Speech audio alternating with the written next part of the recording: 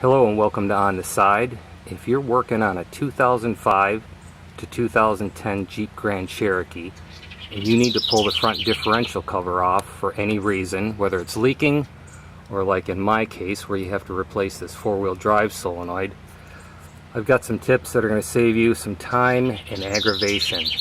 And one of the big ones is, the biggest is, do not pull the front drive shaft off. It is completely unnecessary. As you can see, mine is still hooked up. If you pull that off, that will be the biggest pain in your entire project, and it's completely unnecessary.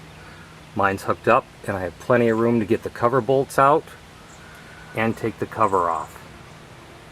First part of your job is going to be to remove the upper axle mount through bolt, which is right through there. It's already out. But on this side here is an 18mm nut.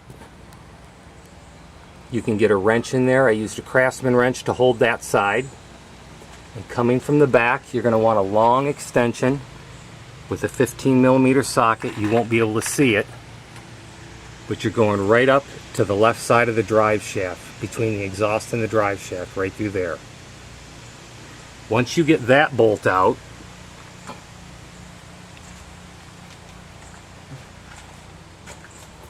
then you're left with two more mounts, both very easy to get to. That one there is also a 15mm bolt with an 18mm nut on the back side.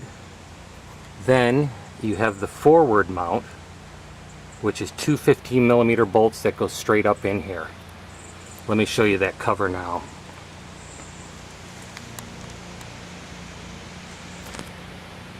Leave the black mount bolted to your cover. This is another tip.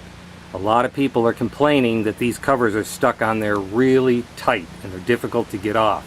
Now, I don't like hitting one of these aluminum or magnesium covers with chisels or hammers. All I did was, once I got all the bolts out from the cover and the mount disconnected, I used this jack to lower the case down. I took a medium-sized hammer and just gave this a couple of medium-strength swipes, and this cover popped right off. So leave this all together. It's going to help you. You can give that a good smack. You're not going to break it, and your cover is going to pop right off for you. It's not a bad job. Going back in, you're going to want to line up that top bolt first. We're going to reverse the order. You're going to do this bolt first, going back together. It's going to be much easier to move the axle around to get you lined up in a tight spot like that. Then put the other two mounts in. One last thing I wanted to show you. If you're going in here for this actuator, I have mine out already, has a clip on it right here. If the actuator's in place, take these two little pins, push them together with one hand, take a screwdriver in the other hand, pop this solenoid up. It'll come right out for you. Hope that helps save you a bunch of time and aggravation. Take care, and this is On the Side.